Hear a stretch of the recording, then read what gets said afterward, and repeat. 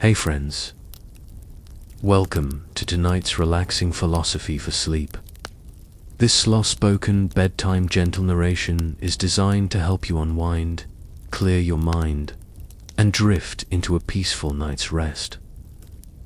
Imagine a palace room in ancient Rome, long after midnight. The marble floors hold the coolness of evening. A single oil lamp flickers on a wooden desk, casting soft shadows that dance across scrolls and parchment. Outside, the vast Roman Empire sleeps, but here, in this quiet sanctuary, a man sits alone with his thoughts. He is Marcus Aurelius, Emperor of Rome, the most powerful person in the known world.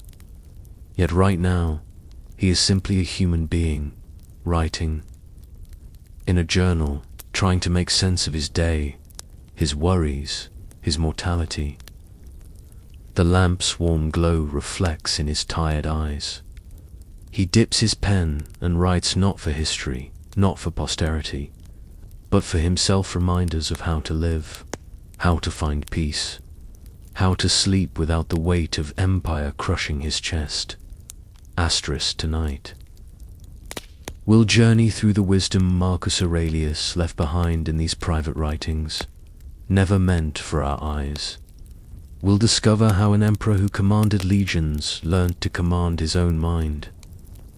You'll find that the struggles he faced, anxiety about the future, frustration with difficult people, the search for meaning in chaos are precisely the struggles keeping you awake right now. The Stoic philosophy he practiced wasn't abstract theory. It was a practical toolkit for inner peace, refined over centuries, tested in the harshest circumstances imaginable. So, before you get comfortable, take a moment to like the video and subscribe, but only if you genuinely enjoy what I do here. And I'm curious, where in the world are you listening from tonight? Drop a comment with your location and your local time.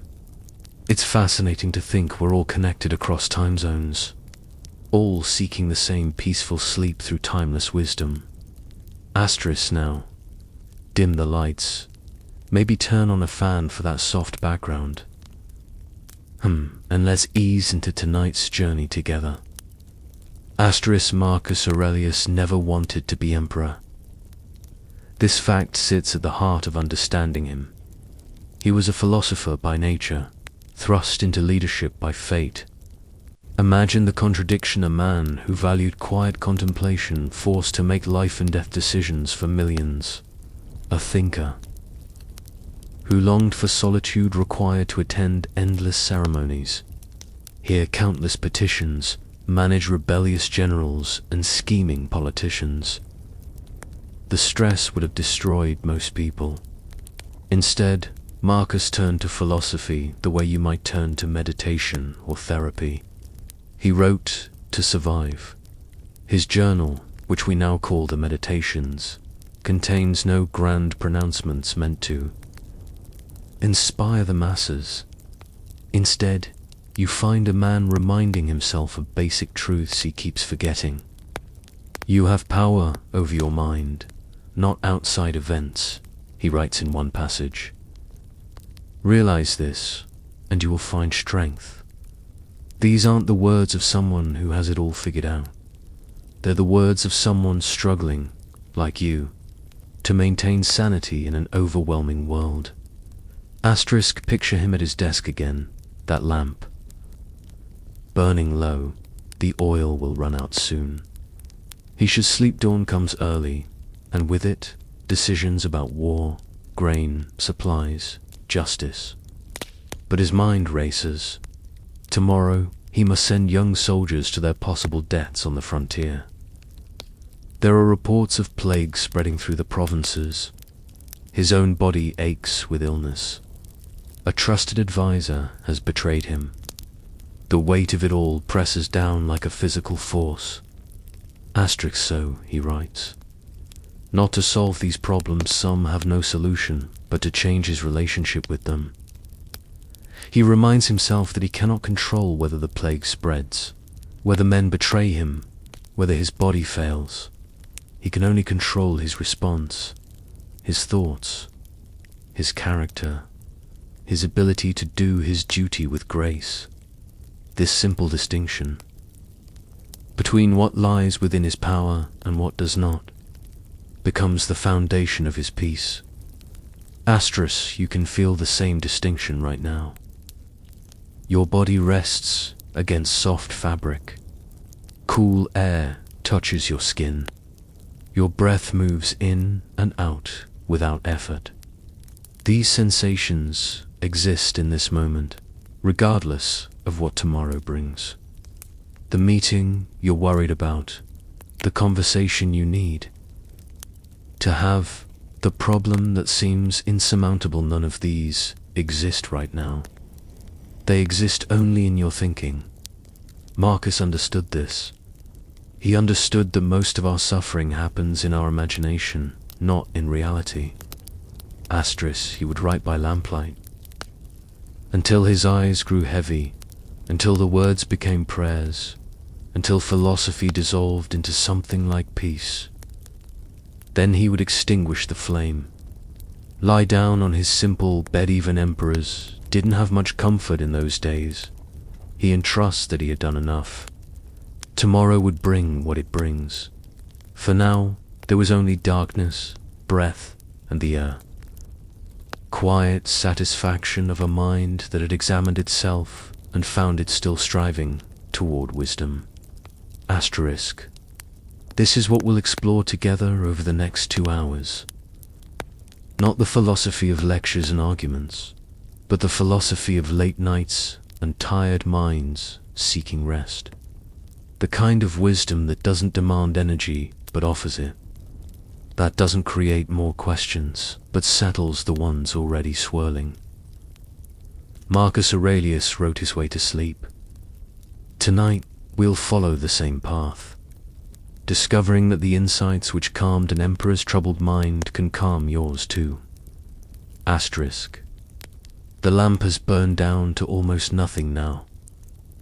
In that final glow, before darkness comes, there's a particular quality of peace, the peace of ending well, of having done what could be done, of releasing the day. Marcus knew this peace, not because his life was easy, but because he learned to carry difficulty without being crushed by it.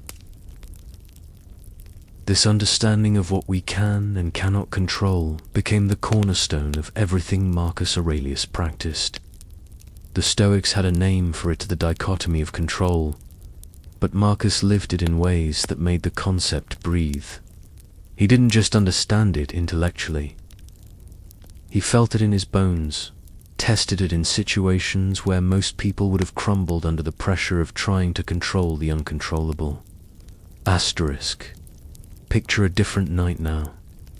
Marcus stands on a military campaign in the north, far from Rome's marble comfort. His tent offers little protection from the cold wind that sweeps across the plains. Outside, thousands of soldiers sleep fitfully, knowing tomorrow brings battle. Inside, the emperor faces a map that shows his army outnumbered. His generals have given their assessments.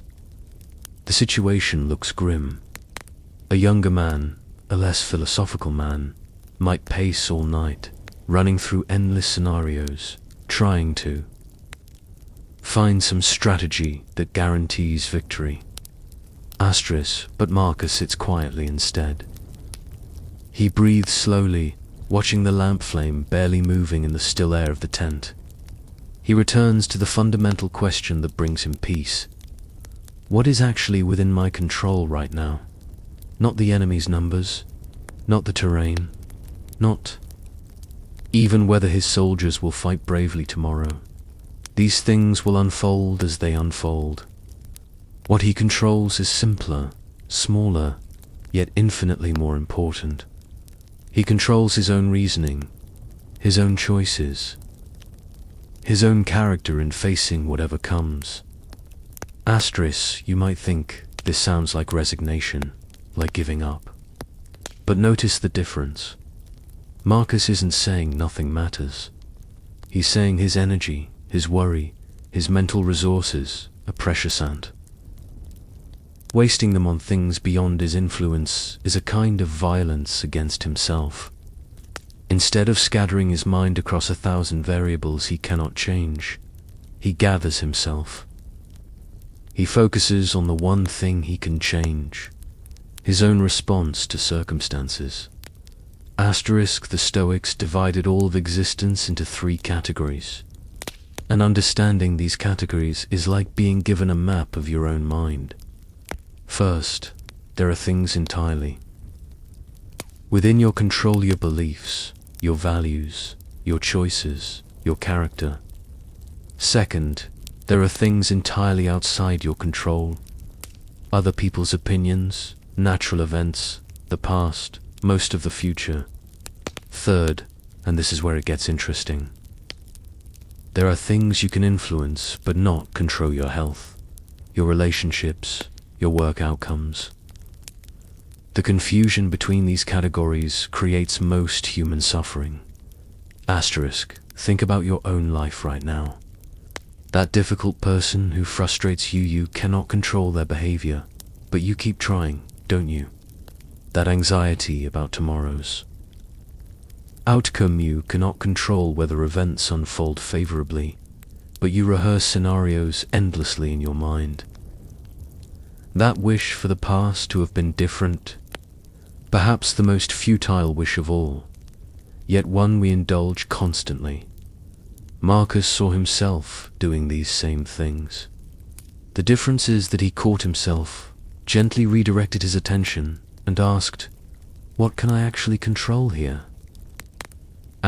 The answer was always the same: his thoughts, his perceptions, his will, his integrity.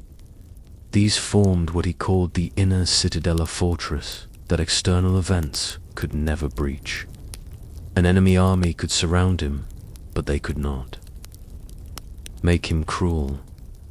Illness could ravage his body, but it could not corrupt his character. Betrayal could wound him, but it could not force him to betray his own principles in return. This was his power, and it was absolute in a way that imperial authority could never be. Imagine applying this to the worries circling your mind right now. That thing you're anxious about, can you control it? Really control it in the way you control your next breath? If not, then Marcus would suggest something radical. Release it from your mental grip. Not because you don't care, but because caring takes the form of doing what you can do, then releasing what you cannot. You can prepare for the meeting, but you cannot control how others respond.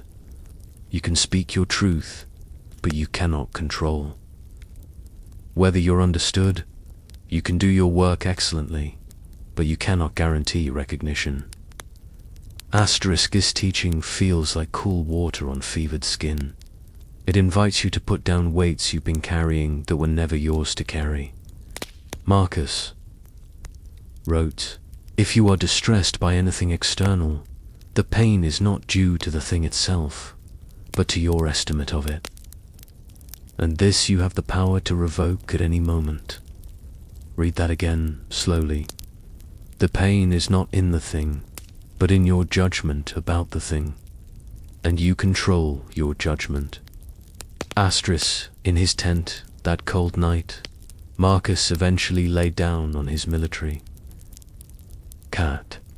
The battle would come with dawn. Men would die. The outcome remained uncertain. But he had done what an emperor could do, made the best decisions possible with available information, prepared his forces, maintained discipline. The rest belonged to fate, to fortune, to forces beyond any human's control. So he closed his eyes, not because he had no cares, but because he had sorted his cares into their proper categories. The controllable had been addressed. The uncontrollable had been released. Asterisk, you can feel this release happening in your own body now. Your shoulders settling slightly lower, your jaw unclenching, your mind recognizing that it's been struggling against things it cannot change, exhausting itself in futile resistance. What if you simply ... stopped? What if you distinguished, clearly and compassionately, between your sphere of control and everything else? The relief would be immediate. The peace, profound asterisk. The Stoics weren't teaching passivity. They were teaching precision, directing your energy only where it can actually make a difference. It's the difference between flailing in water and swimming with purpose. Both involve effort, but one exhausts you while the other carries you forward. Marcus learned to swim through circumstances rather than fight them, to work with reality rather than demand it be different. Asterisk, and in that acceptance, paradoxically, he found a kind of power that no throne could grant. Marcus Aurelius understood that philosophy wasn't something you did once and checked off your list. It was a daily practice, like exercise for the mind, requiring the same discipline and repetition. Each morning, before the chaos of empire descended upon him, he created a ritual that shaped everything that followed. This morning practice became his anchor, his way of preparing the inner citadel for whatever the day might throw against its walls. Asterisk. Imagine dawn breaking over Rome. The city still sleeps mostly, though vendors begin setting up in distant markets, their voices carrying faintly on cool air. In the palace, Marcus wakes before he must. He could sleep longer. Emperors set their own schedules, but he chooses these quiet moments. When the world hasn't yet made its demands, he sits on the edge of his bed, feet touching cold floor, and begins what the Stoics called morning meditation. Asterisk, this was a meditation as you might picture it, with empty mind and perfect stillness. It was more active, more conversational. Marcus talked to himself, prepared himself, reminded himself of what he already knew but kept forgetting. He would think through the day ahead and the people he would encounter. When you wake up in the morning, he wrote, tell yourself, the people I deal with today will be meddling, ungrateful, arrogant, dishonest, jealous, and surly. This sounds pessimistic at first, doesn't it? Almost cynical. But keep listening. Asterisk, he continues. They are like this because they cannot tell good from evil. But I have seen the beauty of good and the ugliness of evil, and have recognized that the wrongdoer has a nature related to my own, not of the same blood or birth, but the same mind, and possessing a share of the divine. Here's what Marcus is doing. He's not expecting the worst to confirm his bitterness. He's preparing himself to remain compassionate when people inevitably act from their own confusion, their own pain, their own limitations. He's building immunity to disappointment. Asterisk, you can try this yourself, right now in your mind. Think about tomorrow. Who will you encounter? What challenges await? Instead of hoping everything goes perfectly, which sets you up for frustration, what if you acknowledged reality? People will be difficult sometimes. Things will go wrong occasionally. Plans will require adjustment. This isn't pessimism, it's preparation. And in that preparation, you find a strange kind of peace. You're no longer bracing against surprise. You're ready? Asterisk. Marcus would continue his morning practice by reminding himself of his purpose. Why was he emperor? Not for pleasure, not for power, but for service. To do his duty, to contribute to the common good. When you know your purpose, daily annoyances lose their sting. Someone insults you, But you know you're here to serve, not to collect praise. A plan fails, but you know you're here to keep trying, not to succeed at everything. This clarity protected him from the 1,000 small cuts that drain most people's energy. Asterisk. He also practiced something the Stoics called premeditatio malorum, the premeditation of evils. Each morning, he would briefly imagine things going wrong. What if he fell ill today? What if he received news of military defeat? What if someone he trusted betrayed him? This wasn't morbid fantasy. It was inoculation. By imagining difficulties in advance, he stripped them of their power to shock and overwhelm him. When trouble actually came, he'd already processed it mentally. He could respond rather than react.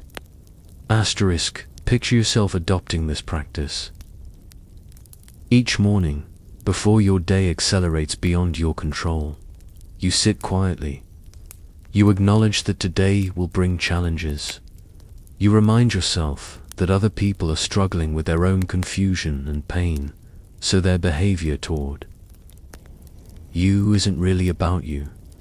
You clarify what actually matters versus what merely seems urgent.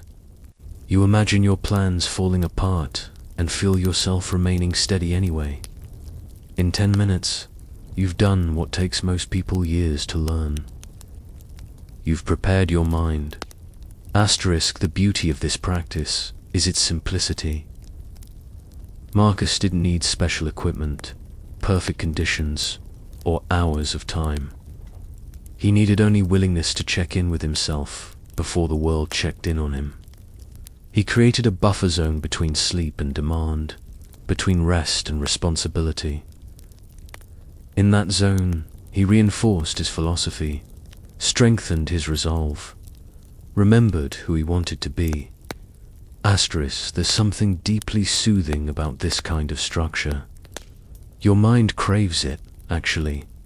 Not rigidity, but rhythm. Not rules, but ritual. When you begin each day by grounding yourself in what matters, the rest of the day can't throw you as easily. You've already decided who you are and how you'll show up. External chaos meets internal order, and internal order wins.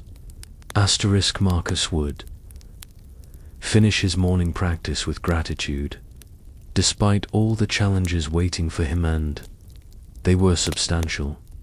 We're talking about plague, war, political intrigue, personal loss. He found reasons to appreciate his life. He had another day to practice virtue. He had the capacity to think, to choose, to grow. He was part of this vast, mysterious universe unfolding itself moment by moment. Even as emperor, especially as emperor, he knew how fragile and precious existence was. Asterisk. You might notice your own breathing has slowed while reading this. There's something contagious about encountering a mind at peace. Marcus created that peace deliberately, each morning, through this simple practice. He didn't wait to feel peaceful. He cultivated peace through attention, through preparation, through reminding himself of truths larger than his immediate concerns. Asterisk. The sun has fully risen now in ancient Rome. The palace stirs. Servants move through corridors. Officials gather with documents requiring the emperor's seal. The day begins, with all its complexity and demand. But Marcus steps into it differently than he would have without his morning practice. He steps in prepared, centered, clear about what matters and what doesn't. The chaos will come, but he's already made space for it in his mind. He's already decided it won't disturb his inner citadel. Asterisk. And so the day unfolds, not perfectly, but manageably. Not without difficulty, but without devastation. Because he began it well. even with his morning practice firmly in place, even with his understanding of control refined through years of study. Marcus Aurelius still faced circumstances that would break most people. The Stoic philosophy he practiced wasn't developed in peaceful gardens by comfortable academics. It was forged in fire, tested against the worst that life could offer, and proven reliable precisely when everything else failed. Asterisk, consider the years between 165 and 180 AD, the final 15 years of Marcus's life. This period brought what historians call the Antonine Plague, likely smallpox, which swept through the Roman Empire, killing millions. Imagine being responsible for those millions, watching helplessly as disease ravaged cities, decimated your army, and crept even into your own household. Marcus lost several of his children to illness. The throne room where he held court became a place of grief as much as governance. Asterisk, at the same time, barbarian tribes pressed hard against Rome's northern borders. Marcus spent years away from home, living in military camps, managing a war that seemed to have no end. He was not a warrior by nature. He was a thinker, a philosopher, a man who valued books and contemplation. Yet duty required him to witness battles, to make decisions that sent young men to their deaths, to sleep in tents while rain leaked through canvas and distant sounds of wounded soldiers crying out pierced the night. Asterisk, and personally, within his own palace, betrayal waited. His wife Faustina faced persistent rumors of infidelity. Whether true or false, the rumors themselves were poison. His trusted general Avidius Cassius declared himself emperor, forcing Marcus to consider civil war. His co-emperor and adoptive brother Lucius Verus died suddenly, leaving him to rule alone. The weight accumulated like snow on a roof, bending but somehow never quite breaking the structure beneath. Asterisk, this is where Stoic philosophy reveals its true nature. It's easy to talk about acceptance when life is gentle. It's easy to practice detachment when you have little at stake. Marcus practiced these principles while watching his world crumble. And still, he wrote in his journal not with bitterness or rage, but with determination to meet catastrophizing. Further, asterisk, everything is only for a day. Both that which remembers and that which is remembered, he wrote during these dark years. Think about what he's doing here. He's not minimizing suffering, he's placing it in context. This plague, terrible as it is, will pass. These wars will end. Even his own grief over lost children exists within time's vast movement. Nothing lasts forever, not joy, but also not pain. This isn't cold comfort.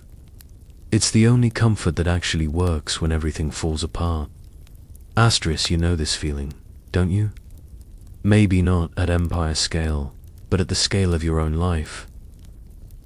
That period when multiple things went wrong simultaneously, when you barely recovered from one blow before another landed, when you wondered how much more you could take. In those moments, Marcus suggests something counterintuitive. Recognize that your capacity is larger than you think. You're still here. You're still breathing. The inner citadel still stands. Asterisk, he wrote, you have power over your mind, not outside events. Realize this, and you will find strength. But he wrote it covered in mud in a military camp, not in a pristine library.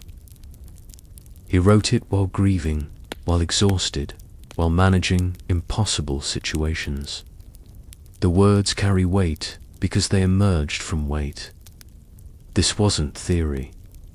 This was survival. The Stoics taught that external events are indifference neither good nor bad in themselves, but simply facts of existence. What matters is how we respond to them. Plague is not good, obviously, but it becomes either a source of despair or an opportunity to practice courage, compassion, and duty, depending on our response.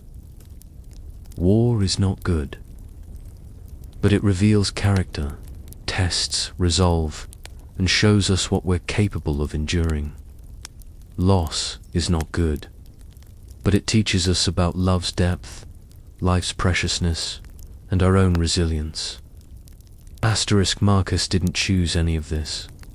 He would have much preferred a quiet life of study, but since he couldn't control what life delivered, he controlled his relationship with it. He met catastrophe with philosophy the way others might meet it with alcohol, or rage, or collapse. And philosophy held him. It didn't make the pain disappear. It made the pain bearable. Picture him in his tent again, this time not before battle, but after men are being buried. He's written letters to families explaining how their sons died bravely, even though many died in confusion and fear like most soldiers do. His own body aches with the illness that will eventually kill him.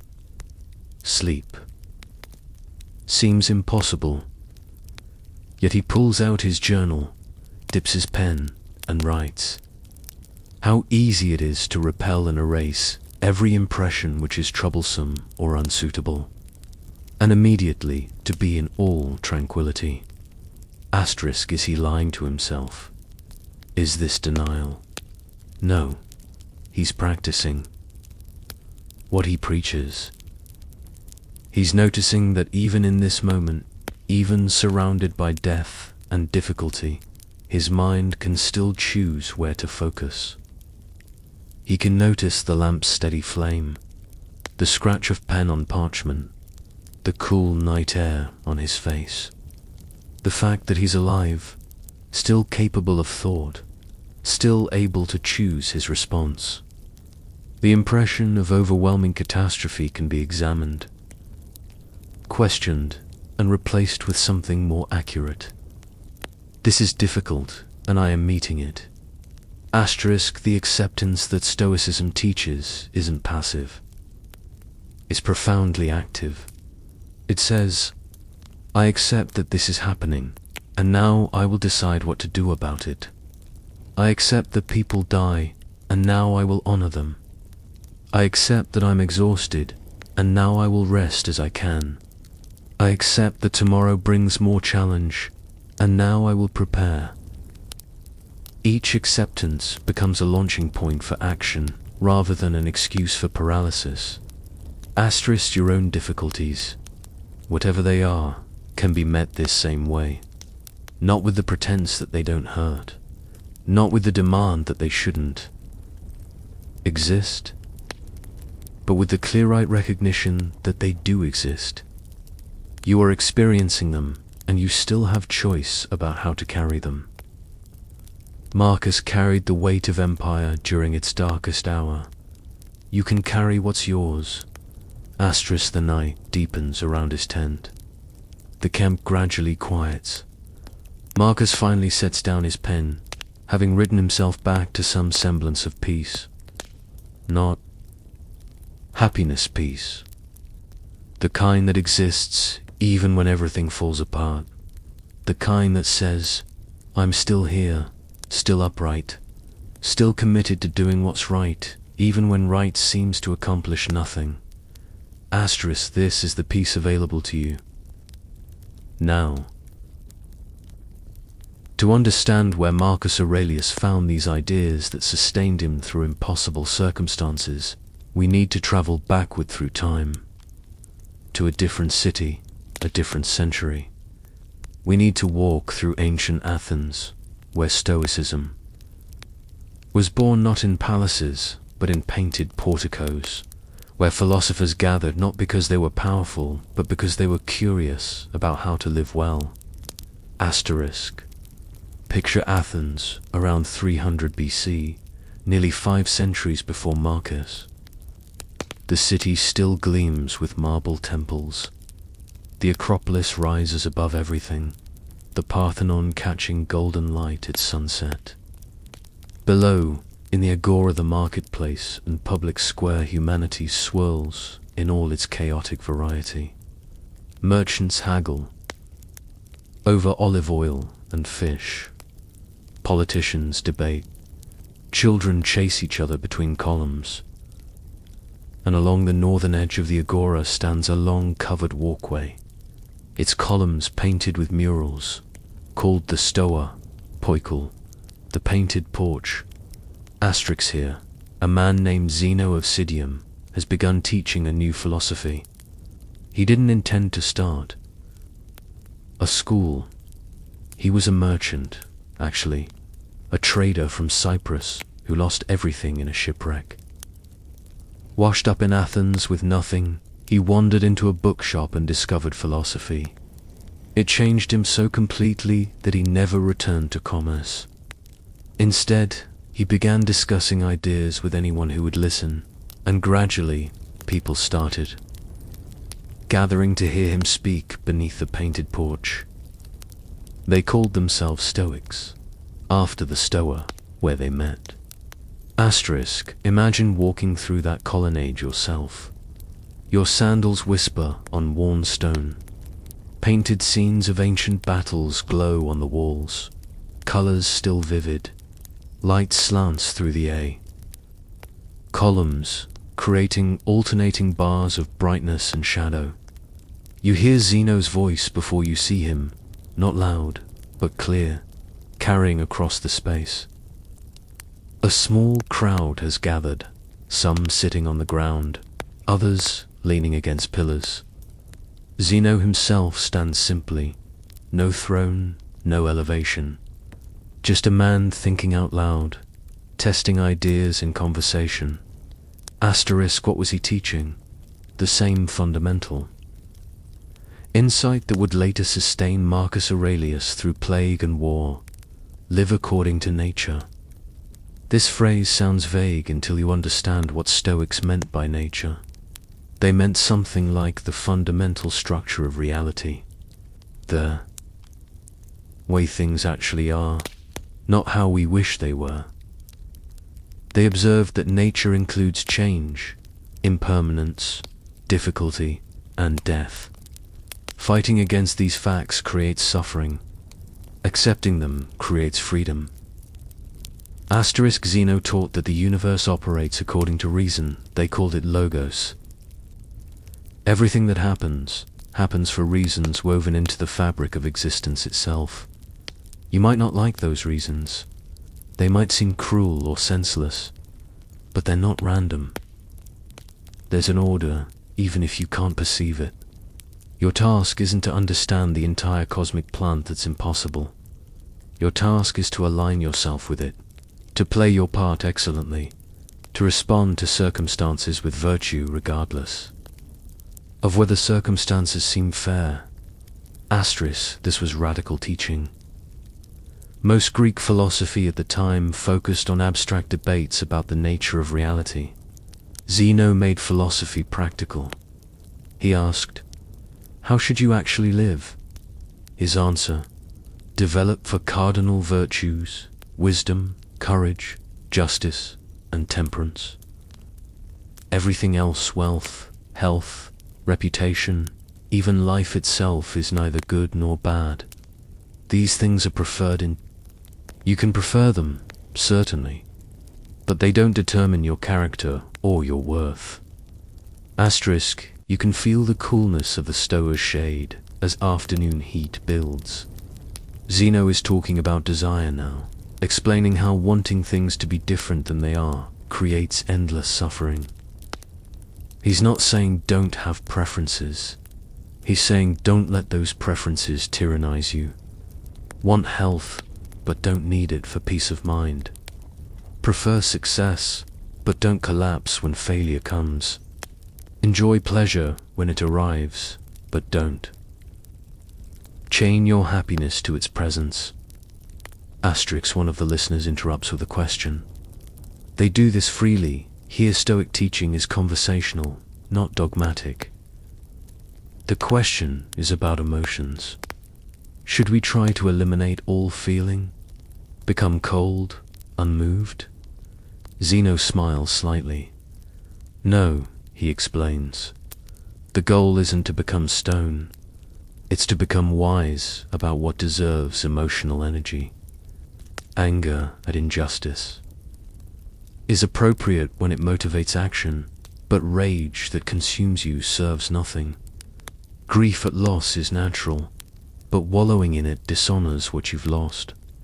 Fear before genuine danger helps you prepare, but anxiety about imagined future stills your present peace. Asterisk, the teaching continues as afternoon becomes evening. Someone brings water. People shift positions, settling in more comfortably. This is how philosophy happened in Athens, organically, accessibly, free to anyone who wanted to listen and think. Zeno asks more questions than he answers. What do you really control?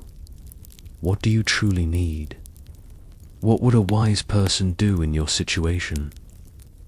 The questions themselves become tools, ways of examining your own thinking. Asterisk, as the sun lowers, painting everything in amber light. Zeno talks about cosmopolitanism, the idea that all humans are fellow citizens of one great cosmic city. National boundaries, social hierarchies, ethnic divisions, these are conventions, not truths. Every person shares the same fundamental nature, the same capacity for reason, the same spark of the divine logos. This means your obligation extends to all humanity, not just your tribe. It means the stranger has the same inherent worth as your family member. Revolutionary ideas, spoken calmly in fading light. Asterisk, the Stoa empties gradually as people drift toward home and evening meals. But some remain, continuing the conversation, passing out imprecations, testing the philosophy against their own experiences. A merchant worried about a risky shipment finds perspective. A soldier facing deployment discovers courage. A mother grieving a lost child recognizes that her love itself was worth the eventual pain. Stoicism meets people where they are, with whatever they're carrying. Asterisk, this is the garden where Marcus Aurelius's philosophy grew, centuries before he was born. Zeno planted seeds that later Stoics Cleanthes, Chrysippus, Ponitus, Posidonius, or Suidonius would nurture and develop. The philosophy spread from Athens to Rome, from public porches to private studies, from merchants and soldiers to senators and eventually emperors. It spread because it worked. Not in making life easy, but in making difficult life bearable. Asterisk, you can imagine yourself there, under that painted porch, listening as the evening star appears. The air smells of olive trees and distant sea. Your own worries seem smaller here, placed in the context of eternal questions about how to live. Zeno's voice has gone quiet now, but his ideas linger in the air like incense, settling into your mind, changing how you see everything. Asterisk, the Stoa stands empty finally, just columns, and painted walls and shadows lengthening. But something remains, a way of thinking, a practice of living, a path toward peace. It waited there in Athens for centuries until Marcus Aurelius, wrestling with empire in distant military camps, would need it desperately. It waits still for you in whatever struggles you carry. Asterisk, the ancient stones, remember. The philosophy endures, and the wisdom that began in one simple colonnade has never stopped offering shelter to tired minds seeking rest. The Stoics had a practice that sounds morbid at first hearing, but transforms into something unexpectedly beautiful once you understand its purpose. They called it Memento Mori, remember that you will die, not as a threat or punishment, but as a fact, simple and unavoidable as breathing. Marcus Aurelius returned to this theme constantly in his writings, not because he was depressed, but because remembering death made him more alive. Imagine Marcus in his palace chamber one evening. A mirror of polished bronze reflects his face. He's aging. The signs are undeniable nows deepening around his eyes, grey threading through his beard, a weariness in his features that no amount of sleep erases. He's perhaps 50 years old, which in his time means elderly.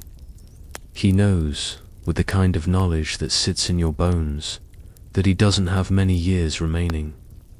The illness he's been fighting will probably kill him before another decade. Passes. Does this knowledge crush him? Make him frantic to cling to life? No. It does something else entirely. It clarifies. When you truly accept that your time is limited, that one day you'll take a final breath and cease to exist in this form, everything shifts. The petty concerns that dominated your attention suddenly seem absurd. The grudge you've been nursing loses its appeal. The fear of embarrassment becomes laughable. You're going to die. Everyone who might judge you is going to die. Everything you're worried about will be forgotten eventually. So what actually matters in the time you have? Marcus wrote, you could leave life right now. Let that determine what you do and say and think. This single sentence contains more wisdom than entire libraries of self-help books. He's not saying be reckless because nothing matters. He's saying be intentional because time matters, absolutely. Every moment you waste on resentment or anxiety or pretense is a moment you'll never get back. The question becomes urgent. If this were my last conversation, would I spend it angry? If this were my last day, would I spend it worrying about what strangers think? If these were my final hours, would I spend them mentally rehearsing past mistakes? The practice of Memento Mori wasn't meant to be depressing. It was meant to be liberating. Think about how you're lying here right now, reading these words, breathing in and out. This moment exists. You're alive in it. But how often do you actually notice that? How often do you appreciate the extraordinary fact of consciousness, of sensation, of being? Most of the time, your mind races ahead to tomorrow or circles back to yesterday, missing the only time you actually inhabit -now. The Stoics recommended a specific practice. Each night before sleep, consider that you might not wake up, not to frighten yourself, but to make you grateful. You got another day. You experienced more of this strange, brief phenomenon called life. You had opportunities to practice virtue, to connect with others, to contribute something, however small, to the vast ongoing experiment of human existence. Whether you used those opportunities well or poorly, you had them, and tomorrow, if you wake, you'll have more. Marcus would practice this lying in his bed, much like you're resting now. He'd review his day, not with harsh judgment, but with honest assessment. Did he act with integrity? Did he do his duty? Did he treat people fairly? When he failed, and he often felt he failed, did he at least fail while trying to do right? He'd acknowledge that this day was gone, irretrievable, merged into the past. And if he woke tomorrow, he'd have a chance to try again. If he didn't wake, well, this day would be his last offering to the world. Let it be worthy. Asterisk, there's something deeply peaceful about this practice. It releases you from the delusion of endless time. You stop procrastinating the important things. You stop saving your best self for later. You stop holding grudges as if you'll have infinite years to carry them. The awareness of death doesn't make life meaningless, makes life precious in a way that immortality never could. An infinite sunset would be boring. A final sunset is glorious. Asterisk, picture yourself adopting this awareness. Not morbidly, not anxiously, but clearly. You will die. The person next to you will die. Everyone you've ever met will die. Your favorite places will eventually crumble. Your achievements will be forgotten. Your worries will dissolve into irrelevance. And knowing this, fully accepting this, you can finally live. Because if everything is temporary, then everything that exists right now deserves your full attention. The temporary is not less valuable than the eternal, it's more valuable, because it's real, it's here, and it won't last. Asterisk, Marcus faced this reality more directly than most. As emperor, he attended countless funerals. He watched young soldiers die in battle. He buried his own children, which violates the natural order parents expect. He lived with plague, which meant death was everywhere, random, inexorable. He couldn't maintain the comfortable illusion of permanence that most people wrap themselves in. And perhaps this was a gift, in a terrible way. It forced him to practice Memento Mori, not as abstract philosophy, but as daily reality. Asterisk, he wrote, think of yourself as dead. You have lived your life. Now take what's left and live it properly. This sounds harsh until you feel what it's actually saying. It's saying, stop waiting for your life to begin. Stop thinking you'll become who you want to be someday. Stop holding back your kindness, your honesty, your love until conditions are perfect. You're already in the middle of your life. Possibly near the end, you don't know. So be the person you want to be now. Say the things that need saying now. Do the good you're capable of now. Asterisk, your breath continues. Steady and automatic. In and out. Each breath is one of a finite number you'll take in your lifetime. But you don't need to count them or grasp at them. You just need to notice, occasionally, that breathing is happening, that life is happening, that you're here, mysteriously, briefly, improbably here.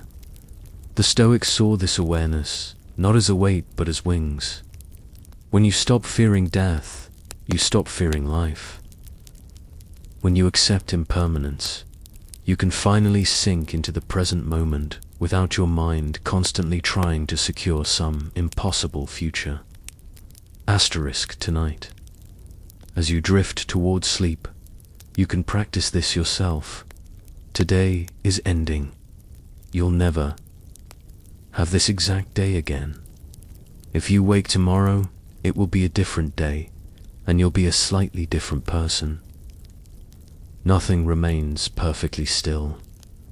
Everything flows and changes and eventually ends. This isn't tragedy, it's truth. And in that truth, strangely, lies peace.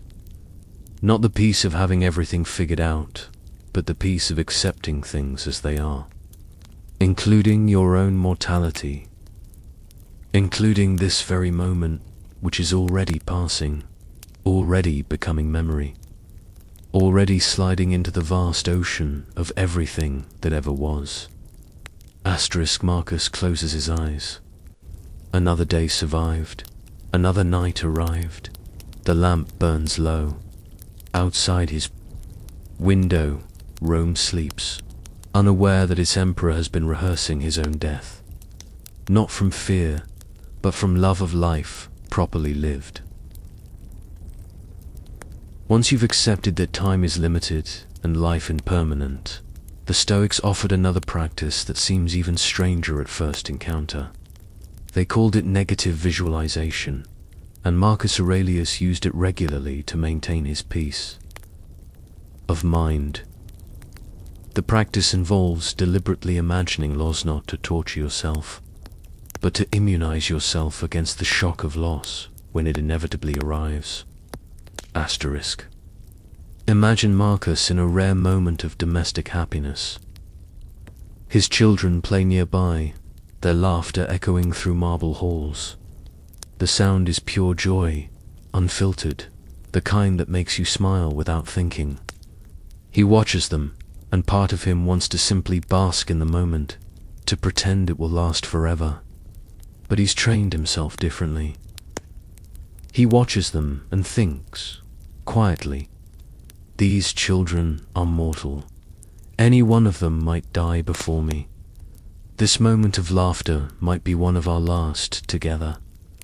I do not own this joy. I am borrowing it from a universe that gives and takes according to its own rhythms. Asterisk, this sounds cruel, doesn't it? Why poison a happy moment with thoughts of death and loss? But notice what actually happens when Marcus practices this. Instead of taking his children's presence for granted, he treasures it more deeply. Instead of half noticing their laughter while his mind wanders to imperial business, he fully attends to it. The awareness of impermanence doesn't diminish his love, it concentrates it, makes it more vivid and present. He loves them not despite knowing he'll lose them, but more completely because he knows. Asterisk, the Stoics weren't being pessimistic. They were being realistic.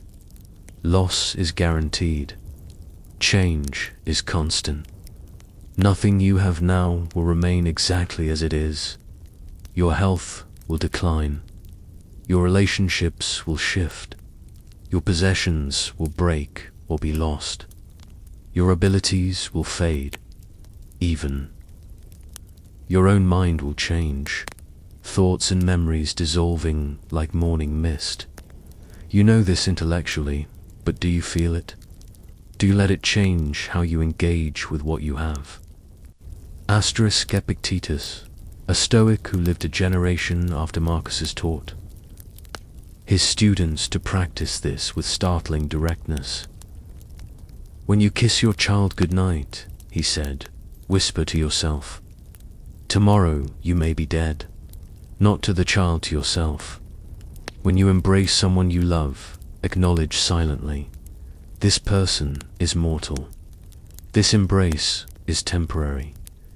When you enjoy a possession you value, consider, this thing is fragile. It will not last. The point isn't to become grim or joyless. The point is to stop sleepwalking through your life, assuming permanence where none exists.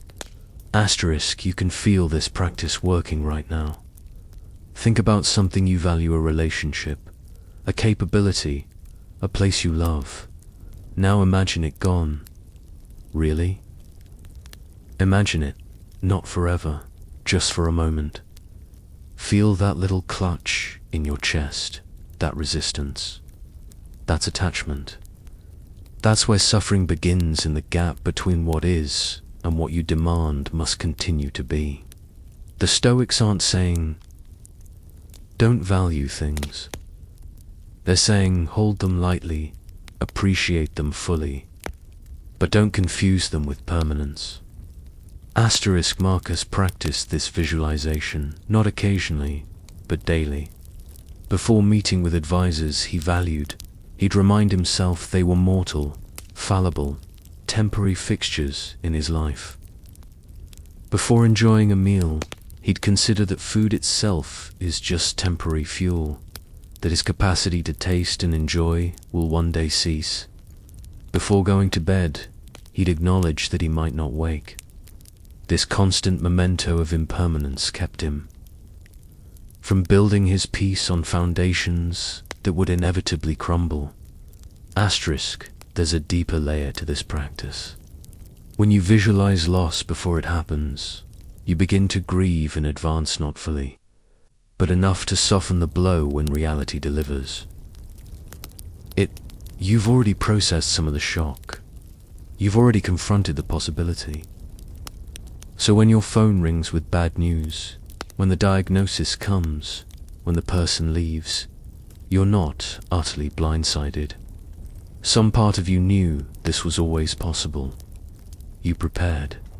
Not perfectly, you can never prepare perfectly for loss, but enough to remain standing when others might collapse. Asterisk, imagine walking through your own life with this awareness. You're having coffee with a friend, and instead of checking your phone repeatedly, instead of being half present while your mind plans tomorrow's tasks, you think, this person won't be in my life forever. Either they'll move away, or our interests will diverge, or one of us will die. This specific moment, this exact conversation, will never happen again. Suddenly, you're actually listening. You're actually here. The awareness of ending makes the present moment luminous. Asterisk, the practice extends to everything. You're healthy today. Visualize illness, not morbidly, but honestly. Your health is not guaranteed. It's a temporary condition, a gift you've been given for an unknown duration. This doesn't mean live in fear of getting sick. It means appreciate your body's current functioning. Move it, use it, enjoy its capabilities while they last. You have work you love. Consider that you might lose it, not to make you paranoid, but to help you engage with it fully rather than resenting its demands. You live in a safe, comfortable place. Imagine displacement, not to torture yourself, but to recognize how fortunate you are right now. Asterisk, Marcus wrote, loss is nothing else but change, and change is nature's delight. He'd lost so much by the time he wrote that: children, friends, health, years. But he'd been visualizing loss all along, so when it came, he could meet it as an old acquaintance rather than a shocking enemy. The losses still hurt. He still grieved, but he wasn't surprised. He wasn't asking why me, because he'd already answered that question. Why not me? Loss is part of the contract of living. Everyone pays this price. Asterisk, there's profound peace in this acceptance. Not resignation, not depression, but clarity. You stop wasting energy on denial. You stop bargaining with reality. You look directly at impermanence and say, yes, this is how it is. Everything I love will change or end. Everything. I am will change or end.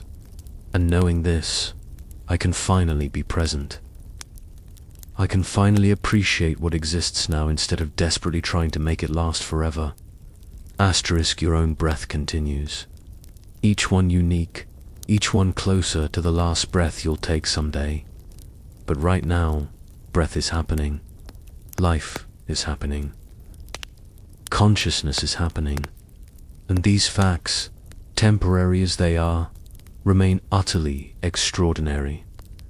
The Stoics practiced negative visualization not to become dark or cynical, but to maintain wonder, to never take anything for granted, to live fully awake in a world where sleep is the default setting. Asterisk, as Marcus prepared for sleep each night, having practiced his negative visualizations, having acknowledged all the ways his life could fall apart, he rested more deeply. He'd already faced the worst possibilities in his mind. They no longer had power over him in the dark. He could release the day, release control, release everything. because he'd already practiced that release 1,000 times. Sleep came easier when you stopped clinging so desperately to waking life. Asterisk, the lamp flickers lower. Shadows deepen. Another day of loving, impermanent things has ended. Another night of practicing release begins. Among all the emotions that disturb our peace and steal our sleep, anger holds a particular place in Stoic philosophy. Seneca, one of the great Stoic writers who lived just before Marcus Aurelius, wrote an entire treatise on anger, calling it a kind of temporary madness. Marcus studied this work carefully, because he knew anger intimately, both his own and that of others, and understood its power to destroy everything philosophy tried to build. Asterisk pictures Seneca in his study, late in life, writing by lamplight, much like Marcus would later do. Seneca had witnessed anger's devastation firsthand. He'd served as advisor to the young Emperor Nero, watching that promising student gradually transform into a tyrant consumed by rage. He'd seen anger destroy friendships, topple governments, and turn reasonable people into monsters. He'd felt it in himself too, that hot rush when someone insults you, that righteous fury when you witness injustice, that simmering resentment.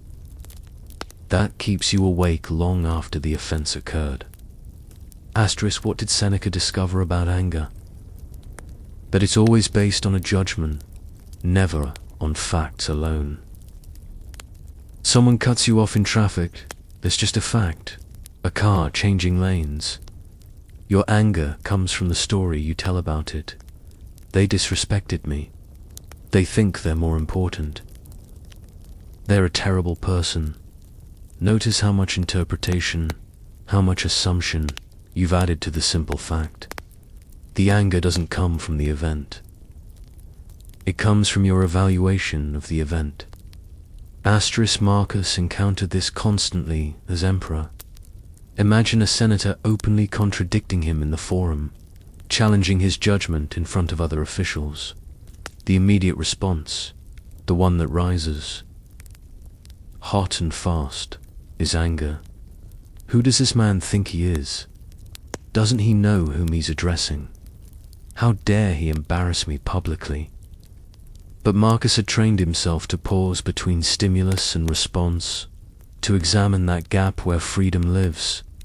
What actually happened? A man expressed disagreement. That's all. The disrespect, the insult, the threat to dignities. These are interpretations, Marcus himself is adding. Asterisk, Seneca wrote, the greatest remedy for anger is delay. Don't act immediately. Don't speak from the heat. Wait, let the first wave of fury pass, because that first wave is essentially physiological, your body responding before your mind can intervene. Your heart rate increases, adrenaline floods your system, your thinking narrows to threat and response. But if you wait, even briefly, your rational mind can re-engage. You can ask better questions. Is this worth my peace? Will anger help or harm? What would wisdom do here? Asterisk, you know this from your own experience. Think about the times you've lashed out in anger, said things you regretted, acted in ways that made situations worse rather than better. In the moment, anger feels righteous, even pleasurable. It feels like strength, like standing up for yourself, like justice. But afterward, when it subsides, you often see clearly it was weakness disguised as strength. It was loss of control disguised as taking control. It solved nothing and damaged much. Asterisk, the Stoics weren't saying anger is never appropriate. They distinguished between righteous indignation at injustice, which can motivate corrective action, the kind of anger that's really just wounded ego, frustrated desire, or self-righteous fury. The first is rare and carefully controlled. The second is common and wildly destructive. Marcus learned to ask himself, am I angry because something genuinely unjust has occurred and needs addressing? Or am I angry because reality isn't conforming to my preferences? Asterisk most of the time. Honestly, it's the latter. Someone treats you rudely. Traffic delays you. A plan falls through. Your body doesn't cooperate. The weather ruins your outdoor event. And you get angry, as if your anger will somehow change these facts. But anger at circumstances you cannot control is like shouting at the ocean to stop making waves. The ocean doesn't care about your preferences. Reality doesn't adjust itself to your expectations. Your anger simply exhausts you while changing nothing. Asterisk Seneca recommended a specific practice for chronic anger. Each evening, review your day and identify moments you became angry. Not to judge yourself harshly, but to examine each instance like a scientist studying specimens. What triggered the anger? What judgment preceded it? What did you expect that reality didn't deliver? What assumption about how things should be was violated? This kind of analysis, done repeatedly, reveals patterns. You start noticing your triggers. You start catching yourself earlier in the anger cycle. Asterisk Marcus practiced this examination nightly. He'd remember losing patience with an incompetent official, feeling fury at a general who failed to follow orders, resenting his own body's increasing frailty. And he'd ask himself Seneca's questions. Did the anger serve any purpose? Did it make him wiser, kinder, more effective? Or did it simply make him feel temporarily powerful while actually diminishing him? Almost always, he concluded, anger had made things worse. It had clouded his judgment, damaged relationships, and stolen his peace all without solving whatever problem triggered it. Asterisk. There's something else the Stoics understood about anger. It's often displaced. You're angry at your boss, but you can't express it safely, so you go home and snap at your family. You're frustrated with yourself, but you project it onto others. You're afraid of losing control, of being disrespected, of your own inadequacy, and you convert that fear into anger because anger feels more powerful than fear. Marcus wrote, how much more grievous are the consequences of anger than the causes of it? The anger itself becomes the problem, larger than whatever sparked it. Asterisk imagine releasing this pattern. Someone insults you, and instead of anger, you feel curiosity. What pain must they be in to lash out like that? Someone fails to meet your expectations, and instead of rage, you feel acceptance. Expectations are just thoughts about how you'd prefer things to be than not reality. Someone treats you unfairly, and instead of fury, you feel clarity. What's the wise response here? How can I address this without making it worse? Asterisk, this isn't about becoming passive or accepting mistreatment. Marcus still had to deal with incompetent officials. He removed them from positions where they could cause harm. He still had to address military failures. He changed strategies and commanders. But he did these things from clarity rather than rage, from wisdom rather than wounded pride. His actions became more effective, not less, when anger stopped distorting his judgment. Asterisk, you can practice this yourself, right now, with whatever resentments you're carrying into this night. That person who hurt you, imagine them as the Stoics did, as someone acting from their own confusion, their own pain, their own limited understanding. They're not evil. They're human, flawed and struggling like everyone else. Your anger, pernicious, you more than it punishes them. They're probably asleep right now, unbothered, while you lie here rehearsing grievances. Who's really suffering from your anger? Seneca wrote something startling. The best cure for anger is to wait. Not forever, but just long enough for the heat to cool, for perspective to return, for wisdom to have a chance. Most things you might do or say in anger, you'll regret. Very few things you refrain from doing in anger, you'll regret later. Time almost always proves that the pause was wiser than the eruption.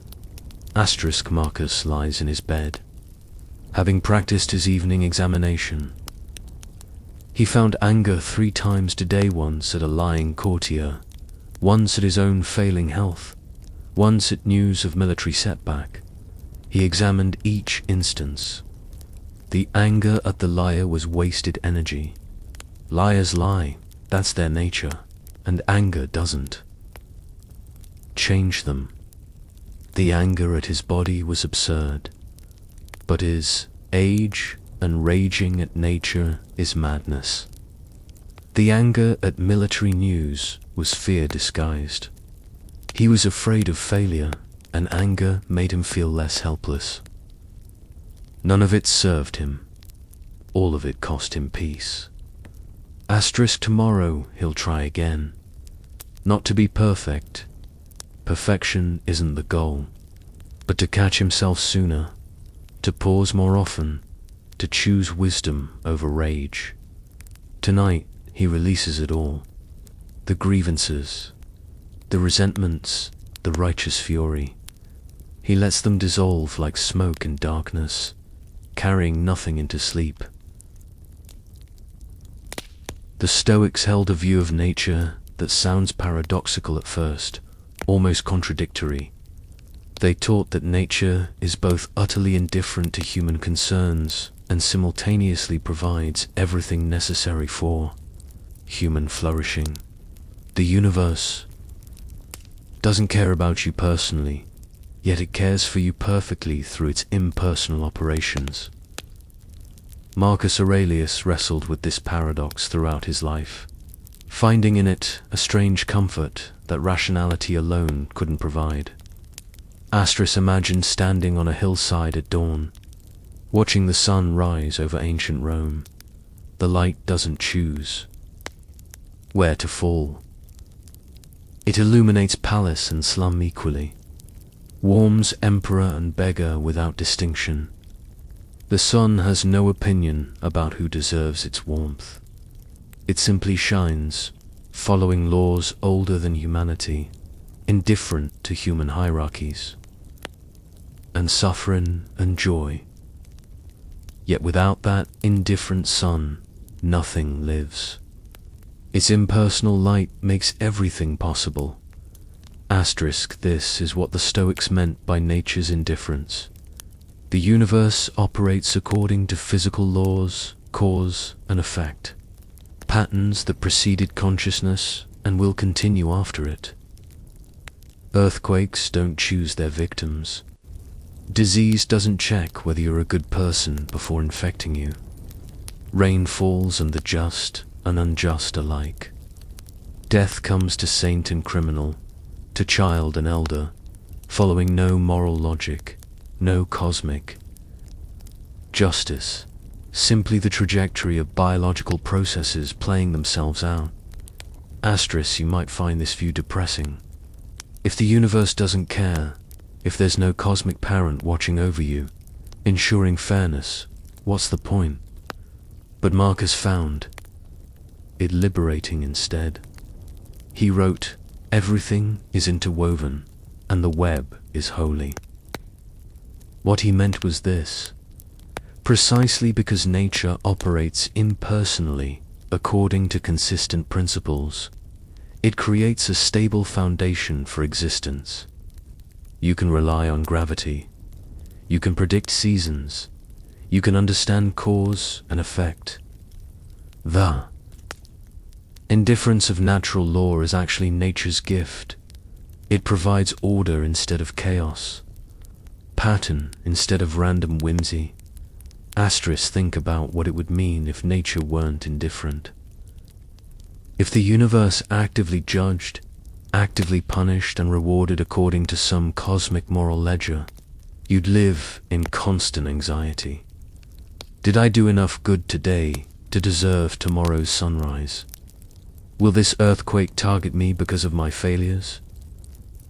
Does my child's illness mean the universe thinks I'm a bad parent? The random cruelty would be even more unbearable if you believed it was personal, chosen, aimed specifically at you. But nature's indifference removes that burden. Bad things happen not because you deserve them, but because you're part of a system where bad things happen to everyone eventually.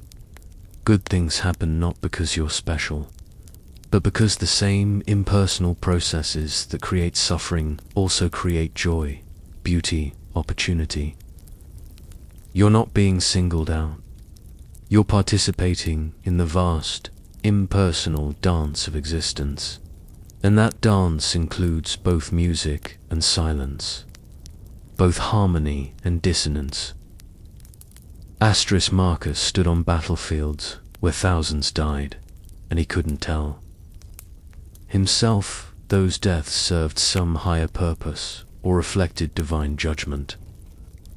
Young men, barely old enough to grow beards, fell to disease or sword simply because they were in the wrong place when natural processes intersected violently.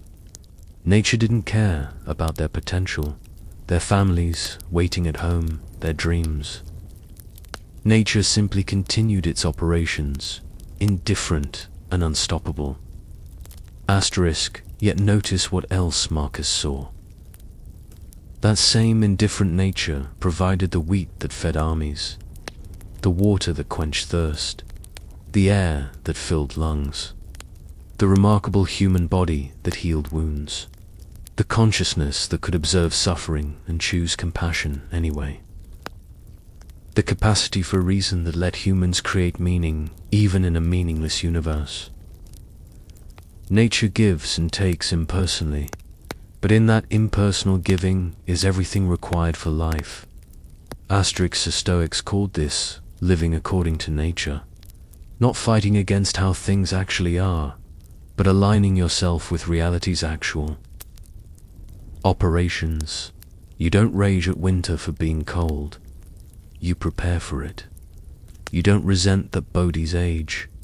You accept aging as part of the package of having a body.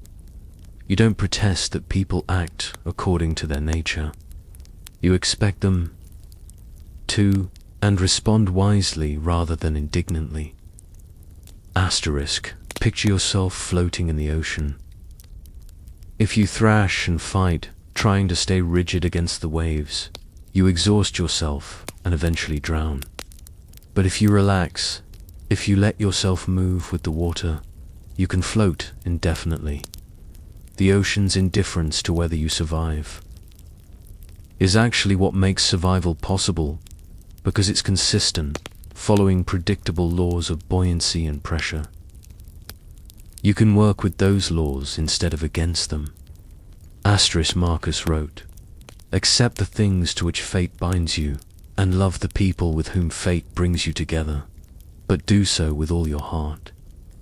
Notice the paradox again. Fate impersonal. Indifferent fate binds you to circumstances and people. You didn't choose your genetics, your historical moment, your family, most of what shapes your life. These were determined by forces beyond your control. Yet within that determined framework, you have absolute freedom to choose how you respond. You can love or resent, engage or withdraw, create meaning or dissolve into bitterness. The universe provides the stage and the props, but you write your own lines. Nature supplies the raw materials, but you decide what to build with them. The impersonal processes that created your consciousness also gave that consciousness, agency, the ability to observe, reflect, choose, grow. This is the paradox the Stoics embraced. You're simultaneously insignificant in cosmic terms and absolutely significant in human terms. Nature doesn't care about your specific existence, yet your existence is an expression of nature's creative power. Asterisk, you're lying here now, breathing automatically. Your lungs expand and contract following chemical signals your conscious mind doesn't. Control. Your heart beats according to electrical rhythms you never learned. Your cells repair themselves following genetic instructions written billions of years ago. All of this happens without your permission, without your understanding, through nature's impersonal care. You are being maintained, right now, by a universe that doesn't know you exist, yet provides everything you need to continue existing. Asterisk can. You feel the peace in that? You don't have to earn your heartbeat. You don't have to deserve oxygen. You don't have to be good enough for your cells to function. Nature provides these things freely, impersonally, to everything alive. Your task isn't to win nature's approval. Nature has no opinions. Your task is to work with nature's patterns, to flow with its rhythms, to build your life on foundations that actually exist, rather than ones you wish existed. Asterisk Marcus faced this every day. The empire's needs were impersonal. Green had to be distributed. Borders had to be defended. Laws had to be enforced regardless of whether he felt like doing these things. His body's deterioration was impersonal. Organs failed. Joints ached. Energy diminished following biological schedules that didn't consult him. Death approached impersonally, not because he was emperor or philosopher, but because he was mortal. Nothing personal in any of it, just nature operating. Asterisk, and in that impersonality, he found freedom. He didn't have to take things personally. He didn't have to make suffering mean something about his worth.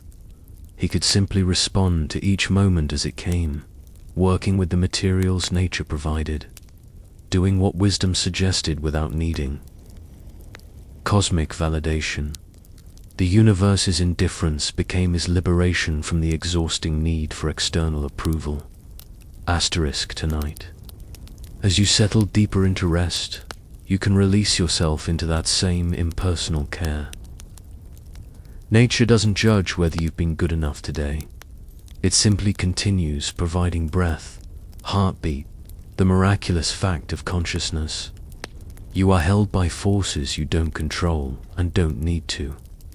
You can stop trying to earn your existence and simply inhabit it, flowing with currents larger than yourself, resting in the vast, indifferent embrace of everything that is.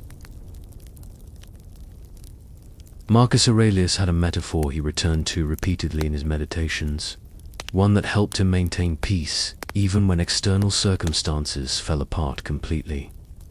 He called it the inner citadel, a fortress within the self that no army could breach, no catastrophe could destroy, no betrayal could compromise. This wasn't just poetic language. It was a practical psychological tool, a way of understanding where your true safety resides. Asterisk. Imagine an actual citadel, a fortress built on high ground in ancient times.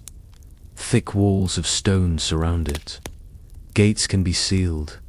Supplies are stored within. Even if enemies control everything outside the fields, the villagers, the roads, the citadel remains secure. Those inside can endure a siege indefinitely if they've prepared well.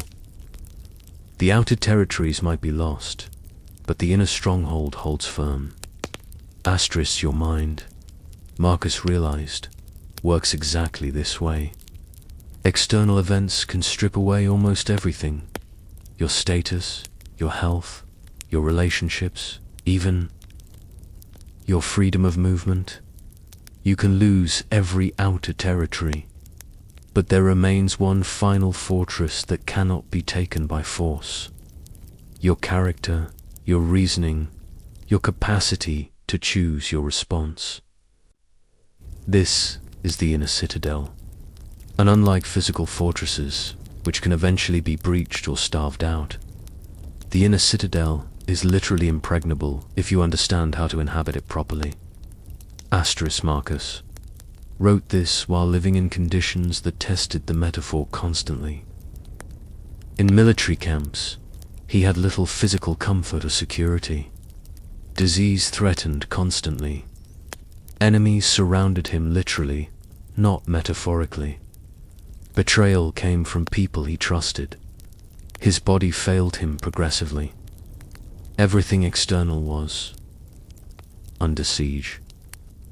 Yet he maintained that somewhere within himself there remained a space that all this chaos could not touch, a space where he could retreat, reflect, and remain free. What exactly is this inner citadel? It's not a location in your brain or a mystical dimension. It's the faculty of judgment itself, your ability to interpret events, to assign meaning, to choose your response. External events happen to you, that's true. But between the event and your suffering lies your judgment about the event. That judgment is your territory, your domain, your citadel. No one can force you to judge things in ways that destroy your peace. They can take everything else, but not that. Picture Marcus receiving news of a devastating military defeat. Thousands of soldiers dead. Strategic positions lost. The campaign he'd spent years planning has failed. These are facts. They hurt. But what happens next depends entirely on what he does within the inner citadel. Does he judge this as catastrophic? Proof of his inadequacy? Does he collapse into despair? Or does he acknowledge the loss, grieve appropriately, and then ask, what can I control going forward? What does wisdom suggest as the next step? The external defeat remains unchanged by his judgment, but his internal response, whether he maintains his capacity to think clearly and act effectively, or whether he dissolves into panic and paralysis, is entirely within his control. The citadel's gates remain closed against despair because he chooses not to admit it. Not through denial of facts, but through careful judgment about what facts mean. You experience this fortress constantly without necessarily recognizing it. Someone insults you. The insult is the external attack, but whether it wounds you depends on what happens in the citadel. If you judge that their opinion defines your worth, the gates are open and suffering enters. If you judge that their opinion reflects their state of mind rather than your value, the gates remain closed and peace persists. Same external event, completely different internal result, depending on what you allow into the inner citadel. The Stoics spent enormous energy training people to guard this fortress properly. Most people leave the gates wide open, allowing every external event to march straight into the center of their being and wreak havoc. Someone's disapproval, a setback at work, a minor physical discomfort, a change in plans, all these relatively minor things create major internal disruption because they're admitted without question into the citadel of self. Marcus practiced constant vigilance about what he admitted. When pain arrived, and he lived with chronic pain in his later years, he acknowledged the sensation without judging it as unbearable or catastrophic. Pain was information from his body, nothing more. When betrayal arrived, he acknowledged the action without judging himself as foolish for having trusted. Trust was the right choice. Betrayal was the other person's failure, not his. When loss arrived, he felt grief without judging the universe as cruel or himself as cursed.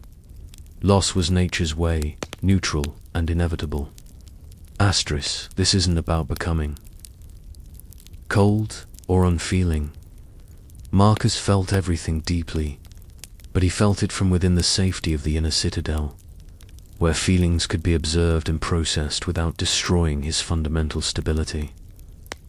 It's like watching a storm from inside a well-built house.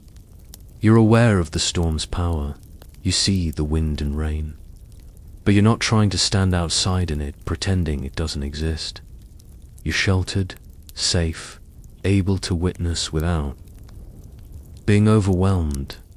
Asterisk, the practice of maintaining the inner citadel requires one crucial skill: distinguishing between what's happening and what you're telling yourself about what's happening. This distinction sounds simple but changes everything. You lose your job, that's what's happening. I'm worthless and my life is ruined, that's what you're telling yourself about it. The first you cannot control. The second you absolutely can. And that second part is what determines whether you suffer needlessly or respond productively. Asterisk. Marcus would catch himself constantly in this distinction. A headache arrives. His immediate thought might be, "This is unbearable. I can't function like this." Then he'd pause and correct himself. A headache is occurring. It's unpleasant but not actually unbearable, since I am currently bearing it. My function may be impaired, but I can still think, still choose, still maintain my character. Notice how different those two interpretations feel. The external circumstance, the headache, is identical, but the internal experience shifts dramatically based on judgment. Asterisk, you're lying here now, and perhaps you brought worries with you into this rest. Perhaps something difficult awaits tomorrow. Perhaps someone hurt you today. Perhaps your body isn't cooperating with your preferences. These are the armies outside the citadel, the siege conditions of ordinary life. But notice, right now, in this moment, you are breathing. You are conscious. You retain your capacity to think, to interpret, to choose how you'll meet whatever comes. Asterisk, the citadel stands. Its walls are your reason. Its supplies are your principles. Its commander is your will. Everything outside those walls can fall to enemies, health, wealth, reputation, comfort, but the fortress itself remains unbreached as long as you maintain. This is what the Stoics meant by invincibility. Not that nothing bad happens to you, but that nothing bad can happen to your essential self, your character, your inner freedom. Asterisk, Marcus wrote some of his most powerful passages about this from places of extreme external vulnerability. Sick, exhausted, surrounded by people he couldn't fully trust. Managing an empire that was fracturing, he maintained the inner citadel. He could have collapsed. Many would have. But he retreated to that internal fortress, reminded himself what he actually controlled, and emerged each morning ready to try again. Asterisk, you have access to this same fortress. It's not something you build, it already exists, has always existed. It's simply your capacity for judgment, your faculty of reason, your ability to choose your response. Everything else can be taken from you. This cannot. And in that simple fact lies a freedom more complete than any external circumstance could provide. Asterisk, the night deepens around you. Outside this moment of rest, challenges wait. But inside the inner citadel, You remain sovereign, undefeated, undefeatable, safe. In the only way that really matters. As Marcus Aurelius aged and his philosophy deepened, he began to see something the earlier Stoics had taught but he hadn't fully grasped in his youth. Everything, literally everything's connected. Not in a vague, mystical sense, but in a concrete, physical way. The atoms that compose your body were once scattered across the universe. The breath you just took contains molecules that pass through countless other lungs across millennia. The thoughts arising in your mind connect to ideas that emerged. In ancient Greece, Persia, India, China, nothing exists in isolation. Everything is interwoven. Asterisk, imagine looking at a tapestry from inches away. You see individual threads, distinct colors, separate elements. But step back, and suddenly the threads resolve into a pattern. The blue thread that seemed alone is actually part of the sky. The red thread connects two flowers in a distant corner. What appeared fragmented reveals itself as unified, each part essential to the whole. Marcus came to see existence itself, this way not as separate objects and events bumping randomly into each other, but as one vast, interconnected process, expressing itself in infinite forms. Asterisk, he wrote, all things are implicated with one another, and the bond is holy. Think about what this means. The tree outside your window is implicated with the sun that feeds it, the soil that nourishes it, the rain that waters it, the atmosphere that surrounds it, the ecosystem it supports. Remove any single element, and the tree cannot exist as it is. The tree isn't separate from these things, it's a temporary node in a network of relationships. And so are you. Asterisk, your body right now is exchanging matter with the environment constantly. Oxygen flows in, carbon dioxide flows out. Heat radiates. From your skin, sounds enter your ears. Light strikes your eyes. You think of yourself as contained within your skin, but really, you're a process of exchange, a pattern of energy in constant dialogue with everything around you. Where exactly do you end and not you begin? The boundary is far less clear than it appears. Asterisk, the Stoics called this perspective cosmopolitanism, seeing yourself as a citizen not just of your city or nation, but of the cosmos itself. Marcus reminded himself of this constantly. Everything is interwoven, and the web is holy, and hardly anything is alien to anything else. For all things have been arranged together and combined to form the same ordered universe. This wasn't abstract philosophy for him. It was lived reality that changed how he treated people. Asterisk, if everyone is part of the same universal web, then harming another is like one part of your body attacking another part. The hand doesn't benefit from punching. The leg, they're parts of the same organism. Similarly, humans don't benefit from harming each other, because we're parts of the same cosmic body. Marcus couldn't hate his enemies, not really, because he recognized them as expressions of the same universal nature that expressed itself in him. Different patterns, same substance, different notes, same music. Asterisk, picture starlight touching your skin. Those photons traveled millions of miles through vacuum, carrying energy created in fusion reactions deep within distant stars. They're ancient, these photons, older than human civilization, older than Earth itself in some cases. And now they're interacting with molecules in your skin, being absorbed, transformed into sensation. You are, quite literally, made of stardust. The calcium in your bones, the iron in your blood, the carbon in your cells, all forged in stellar furnaces billions of years ago. You're not separate from the universe. You're the universe experiencing itself. Asterisk, this understanding dissolves the isolation that creates so much suffering.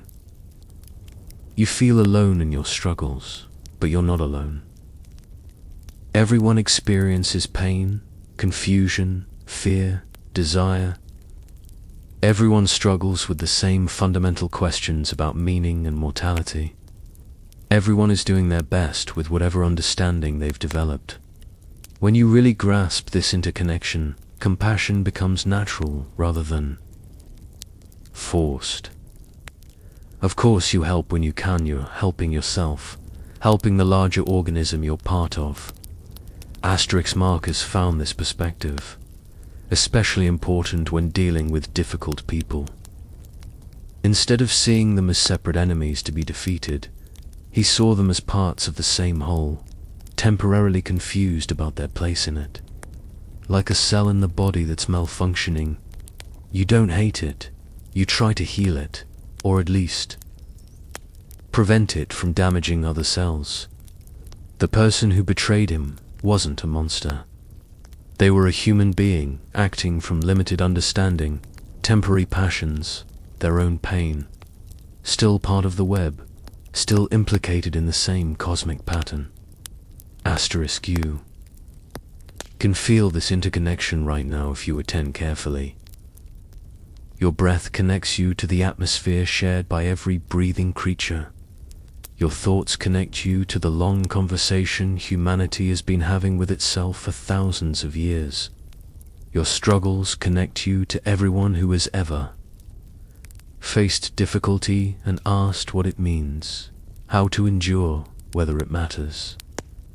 Nothing about your experience is truly isolated or unique. You're participating in patterns as old as consciousness itself. Asterisk, the Stoics saw this interconnection extending through time as well as space. You are connected to your ancestors, not just genetically, but through inherited knowledge, language, culture, technology. Every tool you use, every word you speak, every idea you think has been passed down through generations. And you're connected to descendants you'll never meet, whose lives will be shaped by choices you make now. You're a link in an unbroken chain stretching backward to the origin of life and forward to unknown futures. Asterisk, Marcus wrote, we are all working together to complete the same work, some with knowledge and understanding, some without it. Even people who seem to be working against the common good are still, in a sense, part of the process. Their resistance creates pressure that reveals weaknesses in systems. Their cruelty motivates others toward greater compassion. Their ignorance creates opportunities for teaching. Nothing is wasted in the cosmic economy. Everything feeds back into the whole. Asterisk, this doesn't mean everything is perfect or that injustice doesn't matter. Marcus still worked to improve things, to reduce suffering, to create better systems. But he worked without the desperate anxiety that comes from thinking it all depends entirely on him. He was doing his part in a process vastly larger than himself. His contribution mattered, but his failure wouldn't doom the whole. The web would continue, adapting, evolving, expressing itself in new forms. Asterisk, there's tremendous peace in this recognition. You're not carrying the world alone. You're not responsible for fixing everything. You're one thread in a vast tapestry, and your job is simply to be the best thread you can beat, to contribute what you can contribute, to connect where you can connect, to support the parts of the web you touch. The pattern will take care of itself. The universe knows what it's doing, even when individual humans don't. Asterisk, as sleep approaches, you can feel yourself dissolving back into this interconnection. The boundaries that seem so solid during the day become permeable. You're not separate from the darkness around you, from the earth beneath you, from the air you breathe. You're part of it all, temporarily condensed into this particular form, but ultimately inseparable from the whole. And in that belonging, that fundamental intimacy with all existence, there's a peace deeper than any personal accomplishment could provide. Marcus rests now, having written his thoughts about interconnection. He sees himself not as an isolated emperor struggling alone, but as one small part of something vast and holy. The pressure eases, the loneliness fades. He's never been alone. He's always been held in the web of all things, supported by forces. He doesn't control and doesn't need to. He can release everything into that larger pattern and trust it will continue weaving itself. With or without his understanding, you are part of that same web. Held, connected, never truly separate, always home. Every night, Marcus Aurelius performed a ritual that completed the circle of his philosophical practice. After examining his day, after releasing his anger and attachments, after reminding himself of his mortality and his place in the cosmic web, he did something beautifully simple. He returned himself to the whole. He consciously released the separate self he'd been maintaining all day for. The individual, the person with duties and identity, dissolved back into the universal nature from which it temporarily emerged. Sleep, he understood, was not just rest for the body. It was a kind of philosophical practice in itself, a nightly rehearsal for death, a temporary surrender of the ego that maintains itself so vigilantly during waking hours. When you sleep deeply, who are you? Where does the you go? What remains? When consciousness releases its grip on identity, on worry, on the endless narrative of self. Marcus saw in sleep a preview of the final dissolution, and he practiced meeting it with acceptance rather than resistance. Imagine him now in those final moments before sleep arrives. The lamp has burned down to almost nothing. His journal lies closed beside the bed, its pages filled with the reminders he'll need again tomorrow. Because wisdom isn't learned once it's practiced daily, forgotten and remembered, lost and found again in endless cycles. His body settles into the simple cot. Emperors in his time didn't have the luxuries you might imagine. The bed is firm, the blankets adequate but not lavish. Physical comfort was never his priority. He begins with gratitude, not for grand things, but for simple ones. Another day lived, breath still moving, consciousness still present, the capacity to think, to choose, to try. Even on the hardest days, especially on the hardest days, there were moments worth appreciating. A glimpse of sky, a kind word from an unlikely source, the satisfaction of doing difficult duty. The universe provided another day of existence, another opportunity to practice wisdom, and for that alone, gratitude is appropriate. Then he performs the release. He reminds himself that the emperor, called Marcus Aurelius, is a temporary role, not his essential nature. Tomorrow he'll put on that role again, shoulder its responsibilities, play his part.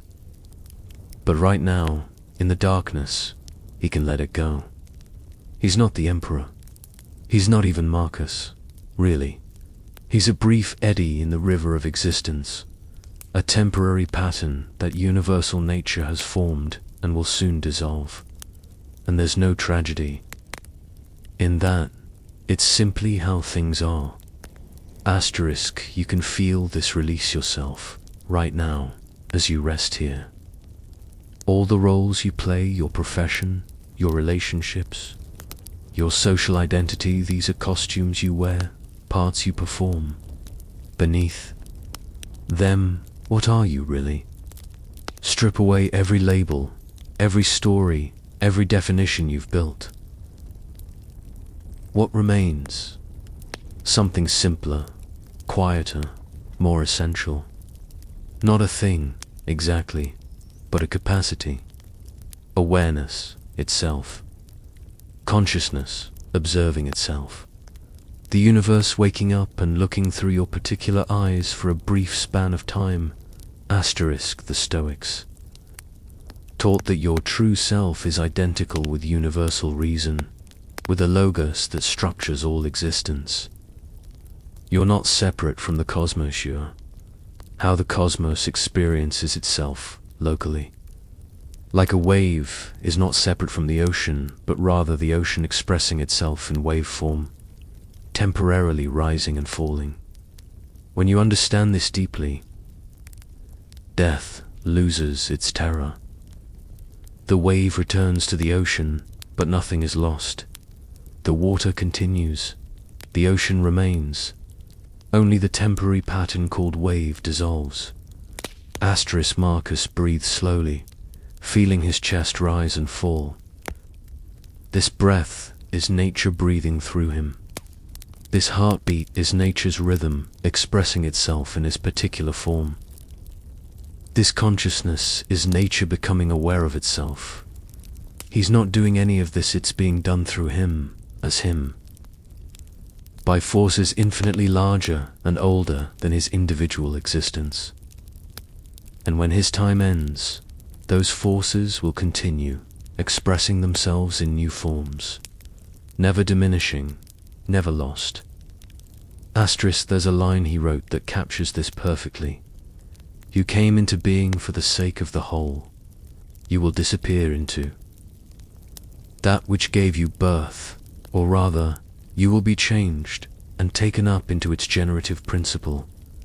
You're not being extinguished when you die, any more than a candle flame is extinguished when it merges back into the heat of the sun. You're returning to source, changing form, becoming available for new expression. Nothing ends it, only transforms. Asterisk, this understanding allows genuine rest. If you're clinging to existence, terrified of losing your precious self, sleep becomes difficult. You resist surrender. You fight the dissolution of waking consciousness. But if you understand that you're always already part of something that cannot be lost, that your essential nature is identical with nature itself, then sleep becomes easy. It's like going home. It's like releasing a burden you never needed to carry. It's like remembering you were never really separate in the first place. Asterisk Marcus releases his grip on the day. Whatever happened, happened. He did what he could with what he knew. Tomorrow will bring new challenges, and he'll meet them as best he's able. But tonight, there's only this, the quiet darkness, the gentle breath, the slow descent into sleep. And in that descent, a kind of freedom. Freedom from needing to be anyone. Freedom from having to maintain the constant effort of selfhood. Freedom to simply be, without definition, without boundary, without the exhausting work of separation.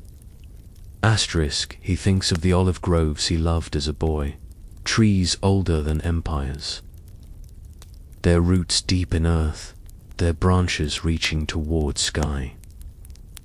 They don't resist storms. They bend, they sway, they lose leaves and grow new ones. They participate in the seasons without complaint, flowering in spring, bearing fruit in summer, resting in winter. They're utterly themselves, while being completely at one with the larger patterns that move through them. This is what he aspires. To be fully human, while recognizing humanity as one small expression of something vast and holy. Asterisk, the darkness deepens. Thought becomes less linear, more fluid. Images rise and fall without coherent narrative. The boundary between waking and sleeping grows permeable. Marcus doesn't fight this dissolution. He welcomes it. Every night, he practices dying well, so that when death finally comes, perhaps tomorrow, perhaps years from Nati will meet someone who's been rehearsing acceptance all along. Someone who understands that what ends is only the temporary pattern, never the eternal substance. Asterisk, and so he drifts. ... The emperor becoming just a breathing body, the body becoming just breath, the breath becoming just movement, the movement merging with the universal rhythm that beats in every heart, waves in every ocean, pulses in every star. Marcus Aurelius returns to the whole from which he briefly emerged. Tomorrow he'll condense again into individual form, take up his duties, play his part. But tonight he rests in the truth that was always true. There is no separation. There never was. There only seemed to be, and now even that illusion dissolves into the gentle darkness that holds everything. Asterisk, your own breath continues, slower now, deeper. The thoughts that seemed so urgent have quieted. The worries that kept you awake have loosened their grip. You're releasing yourself into the same darkness that held Marcus, that holds everyone who ever lived. That is not absence, but presence, the presence of everything that is, welcoming you home. Asterisk, let the day go. Let identity go. Let even consciousness go, trusting it will return if it's meant to. You are held by something that cannot fail, cannot forget you, because you are it. Not separate, never separate.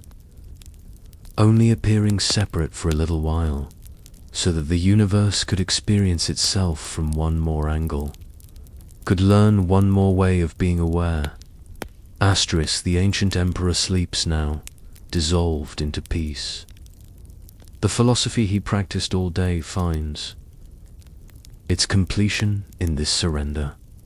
And you, following the same path across centuries, arrive at the same gentle destination. Not an end, a return, not a loss, a remembering of what was always true. Asterisk, sleep now, philosopher. The citadel stands, even as you release it. The web holds even as you stop grasping. The universe continues its ancient work, and you are part of that work, always were, always will be, even in this sweet dissolution. Asterisk, may you rest in the wisdom that sustained emperors and slaves alike. May you wake renewed, if you wake. May you know yourself held by forces that love you without knowing your name, because they are you, and you are them, and there is only one thing happening, forever, and it is enough.